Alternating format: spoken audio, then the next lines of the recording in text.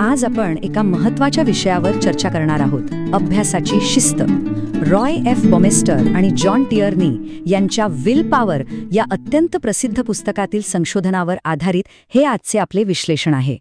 खास करून शालेय आणि महाविद्यालयीन विद्यार्थ्यांसाठी अभ्यासात शिस्त कशी आणावी आणि केवळ इच्छाशक्तीच्या विज्ञानाचा वापर करून यश कसे मिळवावे यावर आपण सविस्तर बोलणार आहोत.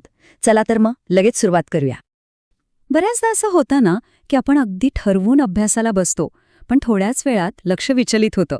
मग आपण स्वतःलाच दोष देतो की अरे रे, माझ्याकडे इच्छाशक्तीच नाहीये. पण थांबा, विज्ञानानुसार हे कोणतंही नैतिक अपयश नाहीये.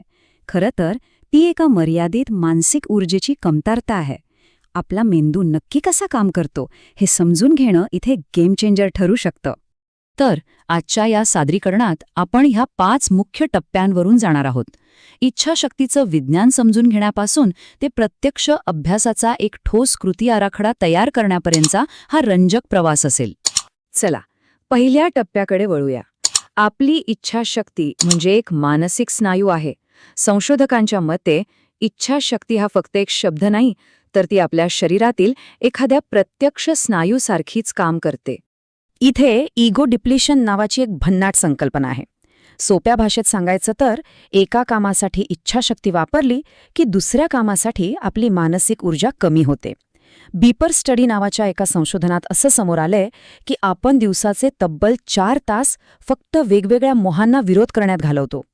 विचार करा, अभ्यासाला बसण्यापूर्वीच जर सोशल मीडियानं वापरण्याचा मोह आवरण्यात आपण ऊर्जा खर्च केली तर आपला हा मानसिक स्नायू प्रत्यक्ष अभ्यासासाठी आधीच पूर्णपणे थकून जातो. हे अधिक स्पष्ट करण्यासाठी हा प्रसिद्ध प्रयोग बघूया. काही उपाशी विद्यार्थ्यांना एका खोलीत बोलावलं. तिथे गरम खमंग कुकीज ठेवल्या होत्या. एका गटाला फक्त मुळा खायला दिला आणि कुकीजचा मोह आवरण्यास सांगितलं. दुसऱ्या गटाला मात्र कुकीज खायला दिल्या. त्यानंतर सर्वांना एक न सुटणारं भूमितीचं कोडं सोडवायला दिलं. निकाल काय आला? कुकीजचा मोह आवरणाऱ्या विद्यार्थ्यांनी अवघ्या 8 मिनिटात हार मानली, तर कुकीज खाणाऱ्यांनी तब्बल 20 मिनिटे प्रयत्न केला. म्हणजे काय? मोह आवरण्यात मेंदूची ऊर्जा आधीच खर्च झाल्याने पुढच्या कठीण कामासाठी पहिल्या गटाकडे ताकदच उरली नव्हती. यातूनच आपण आपल्या दुसऱ्या मुद्द्याकडे येतो, थकवा आणि ऊर्जेचा खेळ. दिवसभर अभ्यास करताना आपली ही इच्छाशक्ती नक्की का आणि कशी संपते यामागे खरोखर काही जैविक कारणे आहेत? इच्छाशक्तीचं खऱ्या अर्थाने इंधन आहे ग्लुकोज. आत्मनियंत्रणासाठी आणि निर्णय घेण्यासाठी आपल्या मेंदूला रक्तातील ग्लुकोजची गरज असते. म्हणूनच उपाशीपोटी किंवा खूप थकलेल्या अवस्थेत कठीण विषयाचा अभ्यास करताना आपलं लक्ष लागत नाही. मेंदूची बॅटरीज डाऊन असते तिथे.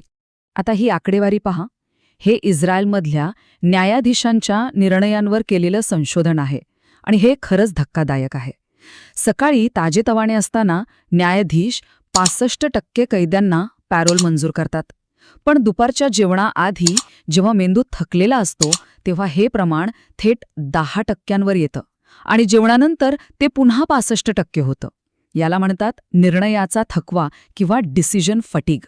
मेंदू थकतो तेव्हा तो सर्वात सोपा आणि सुरक्षित पर्याय निवडतो. विद्यार्थ्यांच्या बाबतीतही अगदी हेच घडतं. थकलेला मेंदू कठीण पुस्तक वाचण्याऐवजी आपोआप रील्स बघण्याचा सोपा पर्याय निवडतो. या मानसिक थकव्याचं आणखी एक महत्त्वाचं कारण म्हणजे झेगार्निक परिणाम. अपूर्ण राहिलेली कामे आपल्या मेंदूत सतत बॅकग्राऊंड ॲपसारखी चालू राहतात आणि ताण निर्माण करतात. अस्ताव्यस्त डेस्क किंवा अभ्यासाचं अस्पष्ट नियोजन हे विद्यार्थ्यांच्या इच्छाशक्तीची ऊर्जा सतत खेचून घेत असतं. म्हणूनच कामाची स्पष्ट यादी बनवणं हे मेंदूला रिलॅक्स करण्यासाठी अत्यंत गरजेचं आहे. मग या मानसिक थकव्यावर उपाय काय? इथे आपला तिसरा आणि अत्यंत महत्त्वाचा मुद्दा येतो, ब्राईट लाईन्सची ताकद. अत्यंत शिस्तबद्ध लोक आपली मानसिक ऊर्जा वाचवण्यासाठी हेच रहस्य वापरतात. ब्राईट लाईन्स म्हणजे असा नियम ज्यामध्ये कोणतीही तडजोड नाही. अगदी स्पष्ट आणि शून्य सहिष्णुता म्हणजे झिरो टॉलरन्स. विद्यार्थ्यांसाठी हे एक जबरदस्त साधन आहे. जेव्हा एखादा नियम पूर्णपणे स्पष्ट असतो तेव्हा दरवेळी नवीन निर्णय घेण्याची गरज उरत नाही आणि पर्यायाने मेंदूची खूप सारी ऊर्जा वाचते. ही तुलना बघा. जेव्हा आपण म्हणतो फक्त 5 मिनिटे फोन वापरेन, तेव्हा तो निर्णय घेताना आणि 5 मिनिटांनी थांबताना थकलेल्या मेंदूला प्रचंड ताण येतो. कारण थोडं म्हणजे नक्की किती हे ठरवणं कठीण असतं. याउलट अभ्यास करताना फोनला अजिबात हात लावणार नाही हा शून्य तडजोडीचा नियम थेट मानसिक शांती देतो. अल्कोहॉलिक्स अॅनोनिमस संस्था किंवा एरिक क्लॅप्टनच्या व्यसनमुक्तीतही हाच ब्राईट लाईन्सचा नियम अत्यंत प्रभावी ठरला होता. आता आपण वळतोय चौथ्या अत्यंत महत्त्वाच्या टप्प्याकडे, यशासाठी पूर्वप्रतिबद्धता. सोप्या भाषेत सांगायचं तर मोहाचा क्षण येण्याआधीच स्वतःसाठी अडथळे उभे करणे. पूर्वप्रतिबद्धता किंवा प्री कमिटमेंट म्हणजे भविष्यातील चुका टाळण्यासाठी स्वतःला आधीच एका निर्णयात बांधून घेणं. यामागे हॉट कोल्ड एम्पथी गॅप नावाचं मानसशास्त्र आहे. शांत अवस्थेत आपल्याला वाटतं की अरे प्रत्यक्ष अभ्यासाच्या वेळी मी मोबाईलचा मोह सहज टाळेन, पण प्रत्यक्ष मोहाच्या क्षणी आपला मेंदू वेगळा वागतो आणि नियंत्रण सुटतं. म्हणूनच आधीच उपाययोजना करणं गरजेचं आहे. हेनरी मॉर्टन स्टॅनलीचं हे ऐतिहासिक उदाहरण इथे खूप चपखल बसतं. कांगोच्या घनदाट जंगलात मृत्यू आणि उपासमार समोर असतानाही त्याने रोज दाढी करण्याची सवय आणि बाह्य सुव्यवस्था काटेकोरपणे पाळली. या एका सवयीमुळेच त्याला आंतरिक शिस्त राखण्यास मदत झाली. सुव्यवस्था आणि आधीच ठरवलेले बाह्य नियम आपल्या मनाला गोंधळापासून वाचवतात. म्हणूनच नेहमी आक्रमक धोरण म्हणजेच प्ले ऑफेन्स अवलंबणं फायद्याचं ठरतं. जे लोक प्रचंड शिस्तबद्ध असतात ते दिवसभर मोहाशी लढत बसत नाहीत. ते स्वतःचं वातावरणच असं तयार करतात की समोर मोह येणारच नाही. सतत बचाव करत बसण्यापेक्षा संकट येऊ नये म्हणून आधीच मोबाईल दुसऱ्या खोलीत ठेवून देणं हेच खरं यश आहे. आणि आता आपण अंतिम टप्प्याकडे येऊया, विद्यार्थ्यांसाठी कृती आराखडा. आत्तापर्यंत आपण जे विज्ञान पाहिलं त्या आधारावर आपण अभ्यासाची अचूक शिस्त कशी लावू शकतो ते टप्प्याटप्प्याने पाहूया.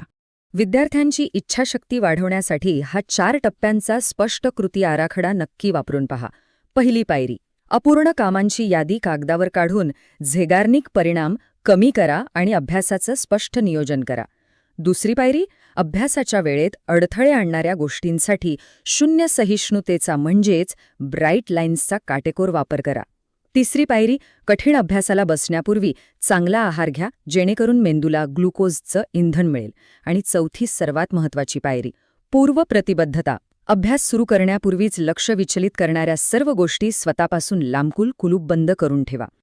या आराखड्यासोबत काही छोट्या पण महत्त्वाच्या टिप्स नेहमी लक्षात ठेवा. स्वतःच्या मर्यादा ओळखणं खूप महत्त्वाचं आहे. जेव्हा खूप थकवा जाणवतो तेव्हा कठीण विषय टाळायला हवेत. प्रसिद्ध लेखक रेमंड चँडलर यांचा काहीच न करण्याचा पर्याय खूप प्रभावी आहे. म्हणजे काय? एक तर अभ्यास करा किंवा खरोखर काहीच करू नका, नुसते बसून राहा.